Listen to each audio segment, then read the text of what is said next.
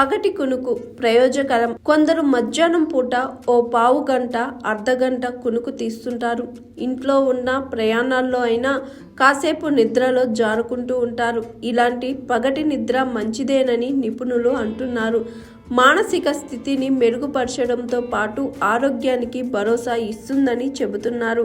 పగటి నిద్ర ఒత్తిడిని చిత్తు చేస్తుంది, ఉద్రోగ సమస్యలను దూరం చేస్తుంది. మధ్యాహ్న భోజనం తర్వాత కాసేపు కునుకు తీయడం వల్ల గుండె ఆరోగ్యం మెరుగుపడుతుందని general of America heart association అధ్యయనంలో తేలింది. మధ్యాహ్నం కాసేపు నిద్రపోవటం వల్ల మెదడుకు విశ్రాంతి దొరుకుతుంది. ఆఫీసులో పని ఒత్తిడి ఎక్కువగా ఉండేవారు భోజన విరామంలో చిన్నగా కునుకు తీయడం మంచిది. ఓ 15 నుంచి 20 నిమిషాలు నిద్ర మెదడు ఆరోగ్యంపై సానుకూల ప్రభావం చూపుతుంది. పని ఒత్తిడి తగ్గుతుంది.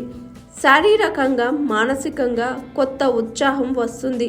పనిలో నాణ్యతతో పాటు ఉత్పాదకత కూడా పెరుగుతుంది. పగటి నిద్ర జ్ఞాపక శక్తిని పెంచుతుంది. ముఖ్యంగా విద్యార్థినులు మధ్యాహ్నం పూట ఓ 15 నుంచి 20 నిమిషాలు పడుకుంటే జ్ఞాపక శక్తి మెరుగవుతుందని నిపుణులు చెబుతున్నారు. సృజనాత్మక ఆలోచనలు పెరుగుతాయని అంటున్నారు. మధ్యాహ్నం నిద్రపోవడం వల్ల జ్ఞాపక శక్తి మెరుగుపడుతుంది. కడుపుబ్బరం, మలబద్ధకం, గ్యాస్ట్రిక్ సమస్యల నుంచి ఉపశమనం లభిస్తుంది. మధ్యాహ్నం నిద్ర వల్ల హార్మోన్ల అసమతుల్యత దూరం అవుతుంది.